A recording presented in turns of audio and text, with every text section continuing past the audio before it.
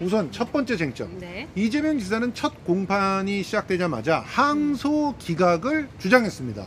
왜 그랬을까요? 공소기각? 그러니까 항소 기각. 네. 네.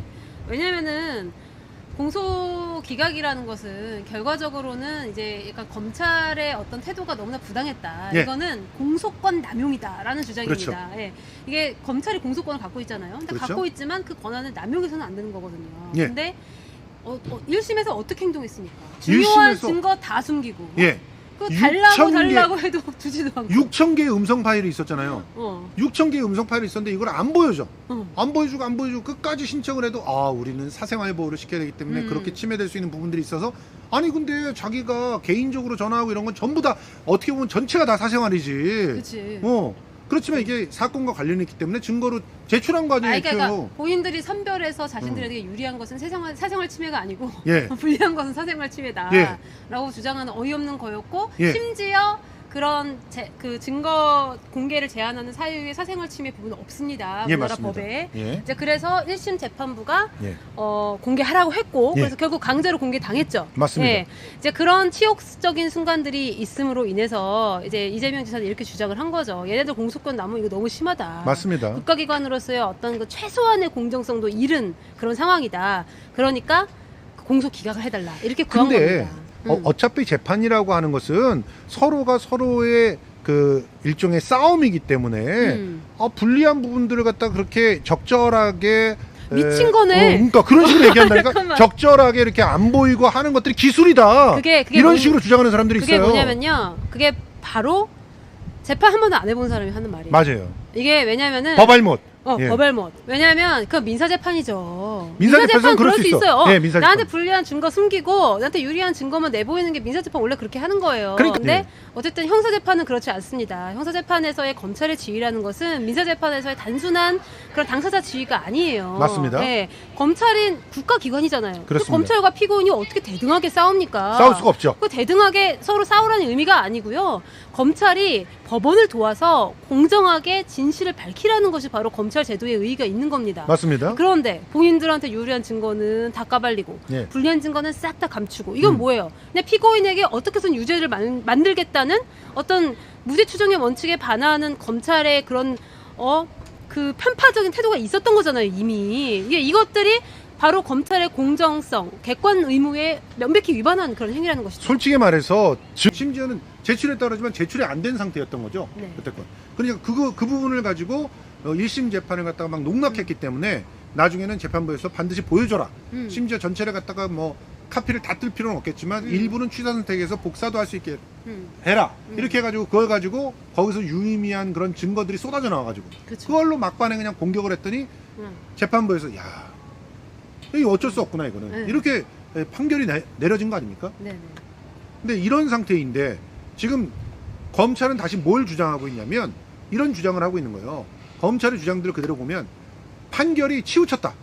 이런 주장을 했었잖아요. 네네네. 그러면서 근거가 뭐냐면 왜 판결문에 봤더니 변호인들 주장만 인용이 되어 있느냐. 특히 이재선 형님의 강제 맞아요, 입원과 맞아요. 관련돼서는 네. 변호인들의 주장들만 인용이 됐지 우리가 낸 증거 자료들은 하나도 인용되지 않았더라. 이렇게 얘기를 해요. 재판 어떻게 하는지도 모르시고 그다음에 판결문은 본 적이 없는 거죠. 예. 그러니까 유죄 판결문 날 때요. 유죄의 그 근거를 이렇게 설치를 하잖아요. 그렇죠. 그때도 피고인이 주장한 증거는 그 유죄 설치 근거에 안 나옵니다. 맞습니다. 네, 유죄의 근거가 되는 그 검찰이 제출한 그런 증거만 쭉 나열이 돼요. 그럴 수밖에 없죠. 무죄 판결도 마찬가지예요. 예. 그러니까 무죄로 심증이 형성이 된 거고요. 그 무죄의 근거를 그러니까 열거하는데 거기에 반드시 유죄로 나왔던 증거를 재판부가 일일이 다 깨는 그런 취지의 판결문을 쓸 필요가 없어요. 예. 그렇게 쓰지도 않습니다. 예. 그러니까 판결문을 평소에 읽어본 적이 없으니까 갑자기 왜 우리가 이 주장한 내용은 판결문에 하나도 안 나와요? 막 이러고 있는 거예요 지금. 근데 솔직히 말해서 네. 이번 그러니까 이재명 재판의 1심 재판부 같은 경우는 판결문을 굉장히 꼼꼼하게 잘 쓰지 않았습니까? 네, 그렇죠. 그렇다고 해가지고 굉장히 성실하게 논리적으로 따져서 자 저러 한 근거들에 의해서 자 이렇게 판결할 수밖에 없다 네. 얘기를 했잖아요. 근데 그렇다고 해가지고요. 거기 막 제출됐던 모든 자료와 근거에 대해서 판결문에서 그거 다 쓰잖아요. 예, 그러면 책을 몇 권을 써야 돼요. 맞아요. 그렇게 하면 판사들이 판결 못 해요. 할 수가 없죠. 판결문을 어떻게 써? 그죠. 법원 업무가 많이 된다고. 그렇게 그렇지. 그렇게 실무상으로 하지도 않고요. 예. 이 공판검사는 재판 처음 해보나? 예. 도대체 뭐 정체가 뭔가 이런 생각이 제가 들 정도입니다. 맞습니다. 네. 자, 이런 상태에서 검찰이 또 희한한 행동을 했어요. 좀 이례적인 행동이라고 할 수 있는 게 2심에서는 보통 네. 증인이 이전에 1심에서 55명이나 나왔어. 네네네. 그러면 2심에서 증인을 또 부릅니까? 아 그러니까요. 그러니까 그리고 2심을 첫 번째 진행 예. 그 첫 번째 증인 윤모 씨, 예. 이 부분 1심에 나왔던 증인이에요. 맞아요. 근데 왜 부르는 거죠? 도대체 왜 또? 근데 아니 또- 애초에 불렀을 때 계속 물어보지. 아 그러니까 이게 사실은 위증을 이게- 했단 얘기인가? 그러니까 그런 취지인 것 같은데 검찰 어. 입장에서 좀 더 명확하게 하겠다, 혹은 뭐 이 사람이 1심에선 거짓말을 했다, 뭐 이런 취지인 것 같은데 예.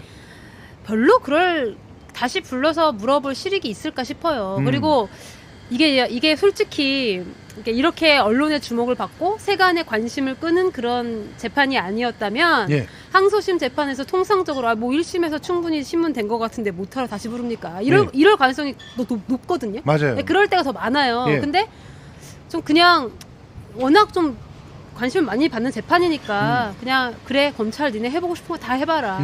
그냥 뭐 이런 취지에서 다시 증인 받아준 거 아닌가 싶습니다. 지금 증인도 6명을 신청을 했다고 하는데 예. 더 신청할 가능성도 있어요. 맞아요. 다음 기일에 와가지고는 또 막 그 뭐냐면 이게 저는 답답한 게 시간 끌기.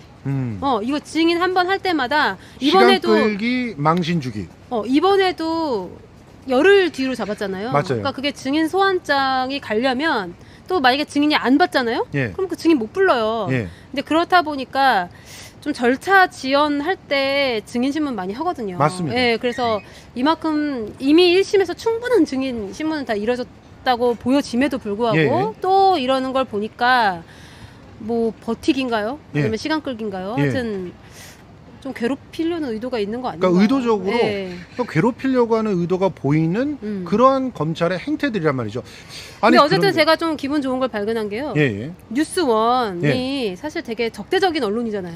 꽤 적대적으로 제목을 악의적으로 달고 그랬었죠. 예. 근데 이제 항소심 재판 이제 이번에 뜬 거 보니까 예. 나름 그래도 신경을 많이 써줘서 직권남용 구분은 친형 강제 진단, 공직선거법 위반 3가지는 대장동 허위선거 공보물, 검사 사칭 친형 강제 진단이다. 그러니까 예. 친형 강제 진단으로 지금 용어를 통일해가는 추세다라는 것입니다. 검찰이 그렇게 바꿨고, 네, 그리고 그러니까- 언론들 다 그렇게 바꿔서 쓰고 있고. 네, 왜 강제 입원 무식한 소리죠. 예. 네, 강제 진단으로 지금이라도 정정하시기 바랍니다. 이제 이런 상태에서 우리 이재명 지사 측에서 네네. 항소 기각을 갖다 주장을 계속 하잖아요. 네. 그런데 재판부에서는 오히려 항소 기각을 하는 것이 훨씬 더 유리하다는 그런 얘기들도 있어요.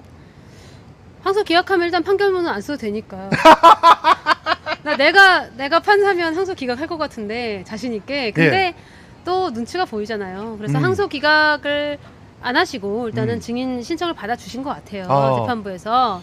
예, 근데 이제 좀 추이를 지켜봐야 되겠는데 예. 1심에서 근데 워낙 논리가 정치예요. 1심 판결문이. 그렇죠. 그렇기 때문에 뭐 크게 달라질 점이 있을까 싶습니다. 법원이 업무 부담도 원래 심한데 예. 그리고 계속 언제까지 이렇게 검찰이 헛소리하는 걸 계속 듣고 있어야 돼요. 그러니까 여러 가지로 국력 낭비인 거죠. 국력 낭비다. 그렇기 때문에 항소심 재판부도 이제 대충 한 6명 신청했다고 하니까 이제 그 중에 6명이 전부 받아들였는지는 잘 모르겠어요. 예. 네, 그 중에는 아마 필요 없다고 생각한 증인도 있을 것 같은데 예. 어쨌든 뭐 워낙 관심이 많으니까 예. 하고 싶은 거 다 해봐요. 그러니까 왜냐면요, 막 이런 거예요. 항소심에서 만약에 윤모 씨 증언 안 들어주잖아요. 그러니까 증인 신청 안 받아주잖아요. 그러면은 또 다시 증인 신문을 하면 바뀔 수 있었는데 증인 신문을 안 하게 해가지고 그대로 무죄다. 또 이런단 말이에요. 맞아요. 그러니까 그런 거를 사전에 차단하기 위해서는 차라리 증인 신문 그냥 해주는 게 더 나을 수도 있어요. 네. 그러면 그 증인 신문에서 오히려 더 불리한 것들이 까질 수도 있어. 아 그렇죠. 예. 왜냐면은 지금은요 증인들이 교육이 됐어요. 그렇죠. 네, 이게 뭐냐면 처음에는 사람들이 뭔지도 몰랐고 개념도 애매모호하고 왜냐면 위증이 다- 뭔지도 잘 몰라 사실은. 아니, 다 처음 들어보고 정신보건법 예. 이런 거 다 처음 들어보고 찾아보지도 않았고. 근데 경찰 검찰이 이유 없이 저럴까 싶기도 하고. 그리고 특히 불러다가 막 물어볼 때 일정 정도 유도했다는 느낌들이 다 나오잖아요. 그렇죠. 근데 되게 그랬는데 1심 재판을 거치면서 어떤 효과가 나오냐면요. 증인들이 대략적으로 이 사건이 어떤 사건인지 이미 다 알게 됐어요. 알게 됐다. 알게 되면은 그게 왜 중요하죠? 왜냐면 증인들 머릿속에서 정리가 끝나잖아요. 그러면은 판단이 있어요. 1심 때 증언보다 지금 증언이 훨씬 더 명확하고 지사에게 더 유리할 수도 있습니다. 오히려. 네, 오히려.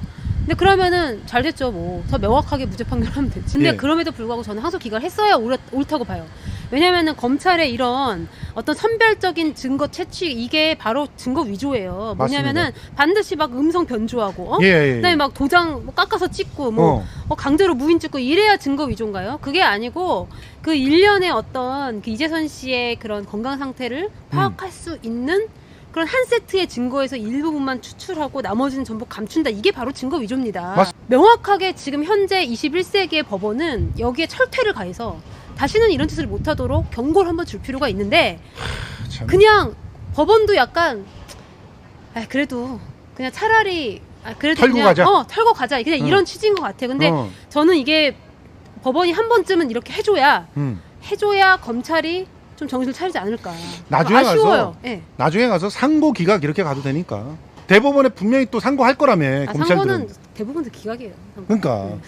일단은 저는 항소심도 크게 바뀌지 않을 거라는 그런 확신에 가득 차 있습니다. 네, 그렇습니다. 그 솔직히 말해서 이번 기회에 여러분들이 이런 그 직권남용이라든가 혹은 또 이렇게 그 의료법과 관련해 가지고 특히 이 정신적으로 좀 문제가 있는 분들에 대한 어떤 지자체장이 반드시 해야 될 그런 책임과 의무 이런 부분에 대해서 굉장히 많이 배우셨을 거라고 생각을 해요. 맞아요. 지금이 실제로 조현병 환자들 때문에 여러 가지 문제들이 툭툭 불거지고 있는 상황이고 이 조현병 환자의 문제들이 이렇게 불거지는 것은 여러 가지 이유들이 있다고 보는데 그 중에서 하나는 이제 일단 기본적으로 가족이 해체되잖아요. 맞아요. 해체되면서 누군가 친척이라도 친형이라도 조현병 환자를 책임질 수 있는 사람들이 없어져요. 맞아요. 점점. 네. 그렇기 때문에 이거는 사회가 책임을 져야 되는 시대로 왔는데 시대는 그렇게 왔는데 그런데 거기에 대한 대책들은 안 세워놓고 있었단 말이죠. 맞습니다. 그런데 그 중에서도 이번에 그 정신보건법 같은 경우는 그런 것들을 미리 좀 세워놓은